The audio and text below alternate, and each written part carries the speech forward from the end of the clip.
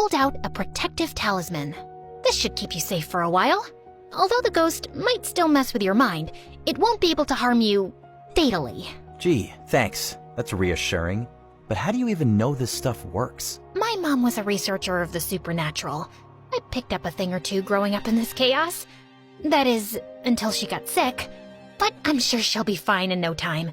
And this time when she's back, I'm not letting her out of my sight for even 1 second. At least you have that hope. I live in the same house as my parents, and I barely see them. Last month, when I kept waking up in random places around the house, my dad just hired a sleep specialist, then a psychiatrist, then a guard to lock my door at night. Not once did he ask me what was actually wrong. Just threw money at it until it looked fixed and I didn't cause any drama. That sounds rough, but I guess we all have our battles. I guess we do. Since then, Ethan and I were practically inseparable. Honestly, it wasn't by choice. Ethan was convinced he couldn't survive without me. And to be fair, he wasn't entirely wrong. At first, the things I saw ahead of time were small, like stopping him from burning his tongue on hot cocoa or mixing up sugar and salt. But as the week went on, things got way more intense. First, I saved him from falling into the fountain in the school courtyard. Then it was dodging a soccer ball that almost slammed into his face. But things got really serious during science class when he nearly mixed 2 dangerous chemicals together, and I had to jump out of my seat to stop him. It looks like every time I stop you from a disaster, the ghost just gets angrier and pushes you into an even bigger one. We need to stop this.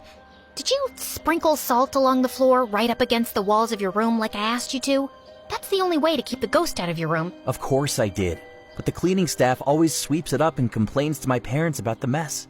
They think I've lost my mind. Then ask one of your bodyguards to watch over you at night. You've got plenty of those, don't you? What am I, 5? My parents would think it's weird. You have to come up with a better solution. Like what? I can't watch you 24/7, Ethan. There's got to be another way. I have an idea. Ethan's brilliant idea was to sneak me into his massive walk-in closet overnight without anyone noticing. But why can't I just come in through the front door like a normal person? I mean, you're kind of popular. Don't you have friends coming over all the time? You mean those kids I hang with at school? They're only around because my dad's loaded. None of them are real friends. And even if they were, my dad's way too paranoid to let anyone in without running them through 100 security checks. Seriously, sneaking in is just easier. And way more claustrophobic. You'll survive. But it was tougher than it looked. Ethan's place was like a fortress. Big, sprawling gardens, guards crawling everywhere with dogs that would rip you apart. Even his closet was bigger than my room. So I slipped in and waited for Ethan while his guards patrolled the house. But with the blackout, the air felt heavy, and I started to feel dizzy. Before I knew it, everything went dark, and I passed out.